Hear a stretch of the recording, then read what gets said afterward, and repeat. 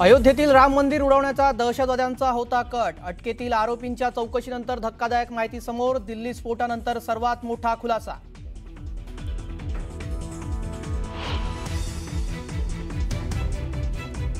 फरीदाबादमधून 2900 kilo ammonium नायट्रेटचा साठा जप्त, तर लपवलेल्या 300 किलो अमोनियम नायट्रेटचा शोध सुरू। सूत्रांची न्यूज 18 लोकमतला माहिती।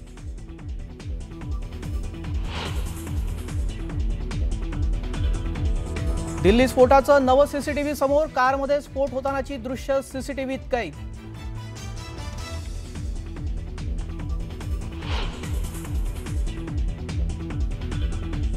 दिल्ली बॉम्बस्फोट प्रकरणाच्या तपासासाठी एनआयएच्या 10 सदस्यांची विशेष टीम गठीत। एडीजी विजय साखरे यांच्या नेतृत्वाखाली चौकशी सुरू।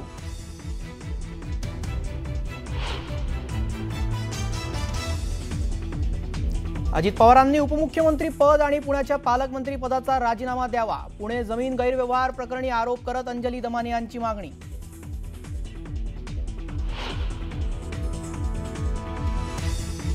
जिल्हाधिकारी चौकशी समितीत कसे असू शकतात? पुणे जमीन गैरव्यवहार प्रकरणी दमानी यांचा सवाल। जिल्हाधिकाऱ्यांनी डिसेंबर 2024 ते आतापर्यंत काहीच केलं नसल्याचाही दमानी यांचा गंभीर आरोप।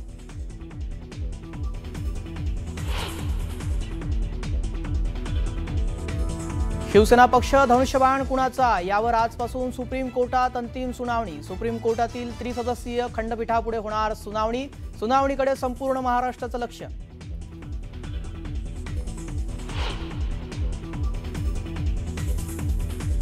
अनेक ठिकाणी वंचित सोबत आघाडी करण्यासाठी काँग्रेस सकारात्मक। पक्षाला फायदा होणार असल्यास आघाडी करण्याचा पदाधिकाऱ्यांचा दावा। विजय वडेट्टीवारांचं मोठं विधान।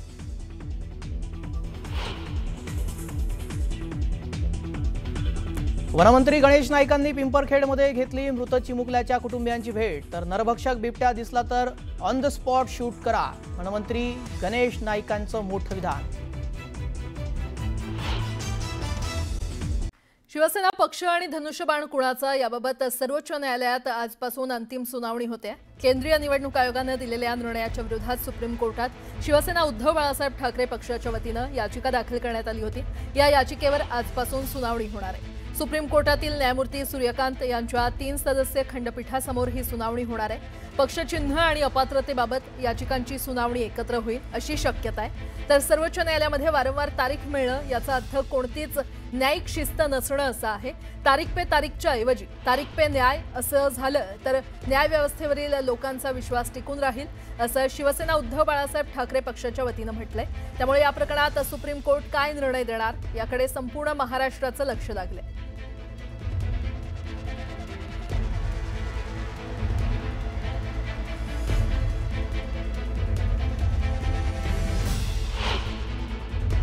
पक्षचिन्ह आणि शिवसेना यांना एकनाथ शिंदेंना देण्याबाबत जो निवडणूक आयोगाने निकाल दिलेला आहे त्या संदर्भातली सुनावणी होणं आज खरं तर अपेक्षित आहे।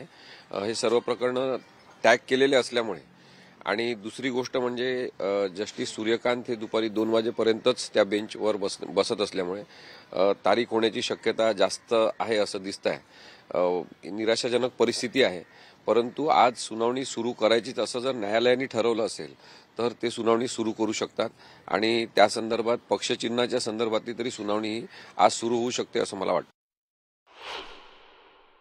महाराष्ट्रामध्ये स्थानिक स्वराज्य संस्थांच्या निवडणुका होऊ घातल्या, त्याची प्रक्रिया सुद्धा सुरू झालेली आहे।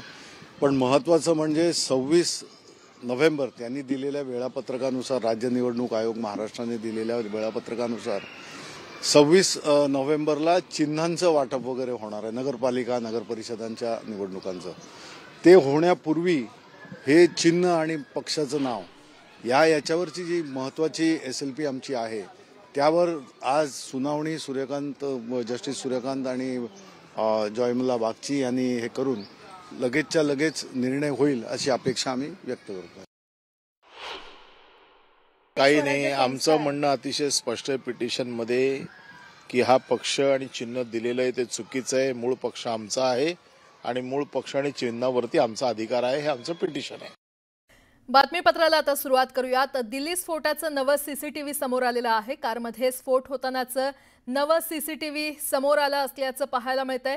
दिल्ली स्फोटामध्ये I-20 कारमध्ये जो स्फोट झाला त्याचा व्हिडिओ खरं तर आता समोर आलेला आहे. आपण पाहूयात नेमकं कशा पद्धतीनं या व्हिडिओमध्ये काय दिसतंय. खरं तर ट्रॅफिक या व्हिडिओमध्ये संपूर्ण आपल्याला पाहायला मिळते. गाड्या चालतायत आणि त्याच वेळी हा स्फोट झाला. त्याची ही दृश्य सीसीटीव्ही कॅमेऱ्यामध्ये कैद झालेली आहे. किती मोठा किती भयंकर हा स्फोट होता ते या दृश्यांमध्ये आपल्याला पाहायला मिळते. सिग्नलवरची खरं तर ही दृश्य आहेत. गाड्या चालताना दिसतायत. रेलचेल आहे. प्रचंड ट्रॅफिक देखील या व्हिडिओमध्ये दिसतोय आणि त्याच वेळी हा स्फोट झाला. साधारण 6:51 हा स्फोट झालेला आहे. त्याचा हा नवा व्हिडिओ समोर आलाय.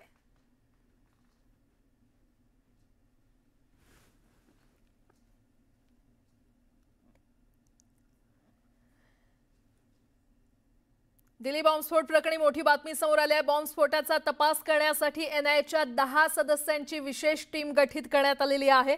एडीजी विजय साखरे यांच्या नेतृत्वाखाली चौकशी सुरू करण्यात आली आहे. या विशेष पथकात एक आयजी स्तराचे अधिकारी, 2 डीआयजी तसंच 3 एसपी आणि 1 डीएसपी दर्जाचे अधिकारी सहभागी आहेत.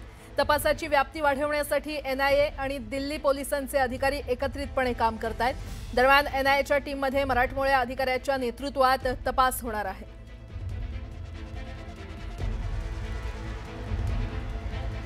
अतिशय मोठी बातमी आपण पाहतोय. दिल्ली बॉम्बस्फोट प्रकरणी मोठी बातमी समोर येते. तपासासाठी एनआयएच्या 10 सदस्यांची विशेष टीम गठीत करण्यात आलेली आहे आणि या संदर्भात अधिक माहिती देत आहेत आमचे प्रतिनिधी प्रशांत लीला रामदास आपल्यासोबत जोडले गेलेले आहेत. प्रशांत, बॉम्बस्फोटचा तपास करण्यासाठी आता एनआयएच्या काही 10 विशेष सदस्यांची टीम गठीत करण्यात आली असल्याचं कळतंय.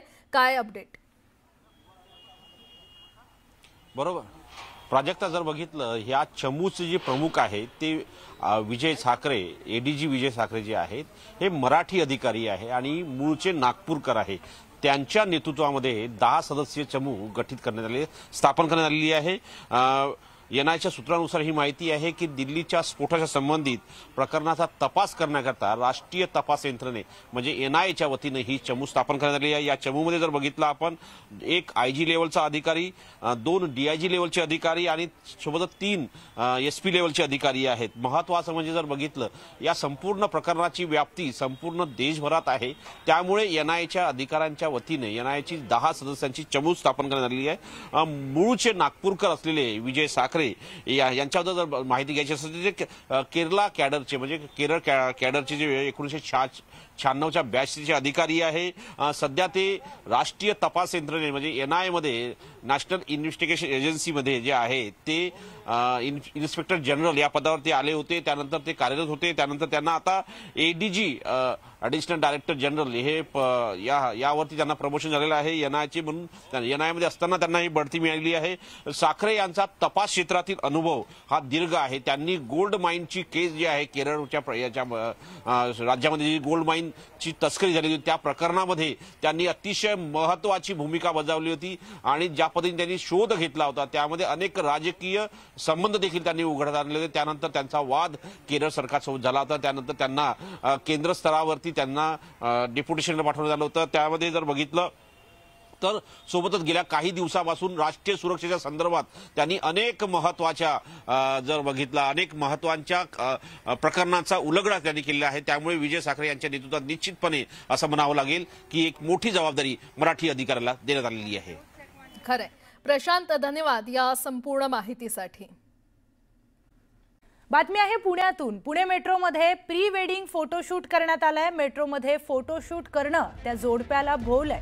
परवानगी न घेता फोटोशूट केल्याने जोडप्यावर कारवाई करण्यात आली आहे. पुणे शहरातील विविध मेट्रो स्टेशन त्याचबरोबर मेट्रो ट्रेनमध्ये फोटोशूट करण्यात आलं होतं. जोडपं आणि फोटोग्राफर यांच्यावर आता दंडात्मक कारवाई करण्यात आली आहे. या संदर्भात आपण बोलूयात आपले प्रतिनिधी अभिजित पोते यांच्याशी. अभिजित, विना परवानगी या जोडप्यानं फोटोशूट केलं, काय अधिकची माहिती?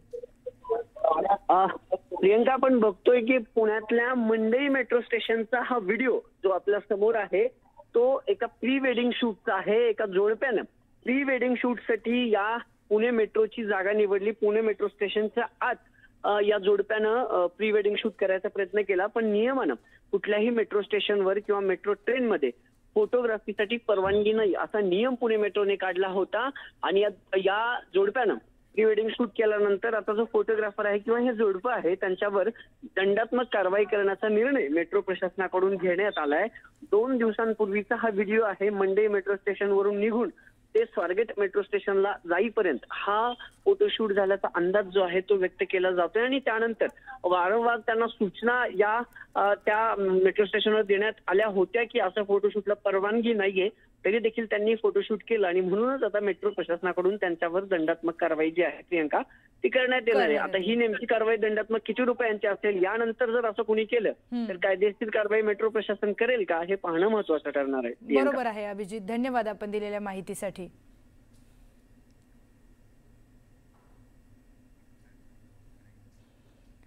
तर पुणे जिल्ह्यामध्ये बिबट्यांची मोठी दहशत पाहायला मिळते. शिरूर तालुक्याच्या पिंपरखेड परिसरामध्ये बिबट्यांचा हॉटस्पॉट झालाय.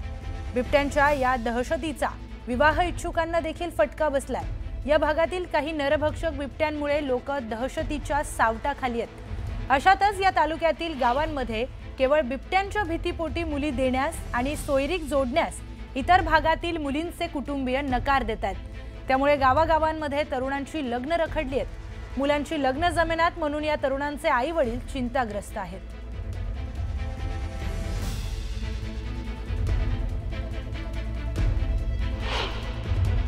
परिस्थिती अशी झालेली की नवीन लग्न सोयरिकी जरी झाल्या तर त्या मुलीचे आई वडील म्हणतात की बिबट्यांची संख्या आहे इथं, मुली द्यावी का नाही द्यावी हा प्रश्न उद्भवतोय. संध्याकाळचे 6 वाजले का बिबट्यांचा धामाकुळ पाहायला मिळतो प्रत्येक नागरिकांना. त्यामुळं इथं परिस्थिती मोठी गंभीर होत चाललेली. आमच्या परिसरामध्ये 4 धरणांचं पाणी येत असल्यामुळं पाण्याचा परिसर मोठा असल्यामुळे या ठिकाणी ऊसाचं क्षेत्र जास्त लागवडीखाली आले आणि त्यामध्ये बिबटे जास्त लपत आहेत. आणि ज्यावेळेस मुलांचं लग्न जर करायचं म्हटलं तर आज परिस्थिती अशी झालेली आहे की आमच्या मुलांना मुली द्यायला सुद्धा या ठिकाणी लोक कानपूस करायला लागले. त्याचं कारण असं आहे की बिबट्याचं प्रमाण जास्त असल्यामुळं मुली आमच्या भागामध्ये द्यायला सहसा लोक टाळाटाळ करतायत. भविष्यकाळामध्ये आम्हालाच आमच्या मुलांचा प्रश्न निर्माण व्हायला लागलेला आहे की बिबट्याचे एकीकडे बिबट्या अनेक त्या ठिकाणी लोकांचा जीव घेतोय आणि दुसरीकडे आमच्या मुलांचा लग्नाचा प्रश्न उभा राहतोय. अशी परिस्थिती आहे. लग्न जमण्याला अडचण म्हणजे हा प्रॉब्लेम झालेला आहे की इथं बिबट्याचं 4-4 दिवसाला 8-8 दिवसाला घटना घडतात. म्हटल्यावर मुली देणं म्हणजे धोकादायकच झालेलं आहे ना त्यांना पण. म्हटल्यावर मुली द्यायचं म्हटल्यावर इथं त्यांना एक भीतीदायक वातावरण आहे. पण बिबट्याचा बंदोबस्त झाला तर याचा फरक होईल का काय वाटतं? हो होणारच ना, कारण कमी काय ह्या भागामध्ये कमी काय. तसं बघायला गेलं तर पुणे जिल्हा हा पूर्णपणे परिपूर्ण भाग आहे. शेतकरी हा इथं संतुष्ट आहे.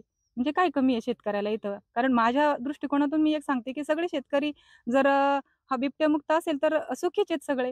आणि या अगोदर काही अडचण नव्हती, मग आजच का बरं ही अडचण आली? मला हे म्हणायचंय ना. बिबट्यामुळे सोयरीक रखडलं. हो बरोबर आहे. आता थोडक्यात तेच झालं ना, बिबट्यामुळे सोयरीक रखडल्या. आता एक मोठी बातमी, मनोज जरांगे यांच्या हत्येचा कट रचल्याप्रकरणी 3ऱ्या आरोपीला अटक करण्यात आली आहे. कांचन साळवी असं पोलिसांनी अटक केलेल्या 3ऱ्या आरोपीचं नाव असून त्याला बीडमधून अटक करण्यात आलेली आहे. दादा गरुड, अमोल खुणे नंतर आता कांचन साळवीला जालना पोलिसांकडून अटक करण्यात आल्यानं खळबळ माजलेली आहे. दादा गरुड आणि अमोल खुणे यांच्याशी कांचन साळवी नावाच्या व्यक्तीचा संबंध असल्याचा आणि तो धनंजय मुंडे यांचा पीए असल्याचा आरोप जरांगे यांनी केला होता. दरम्यान साळवी याला अटक केल्यानं आता या प्रकरणात साळवी पोलिसांकडे काय खुलासे करतो याकडे सगळ्यांचं लक्ष लागलंय. जरांगे यांच्या हत्येचा कट रचल्याचं प्रकरण, त्यातली ही अपडेट आपण पाहतोय. 3ऱ्या आरोपीला अटक करण्यात आलेली आहे.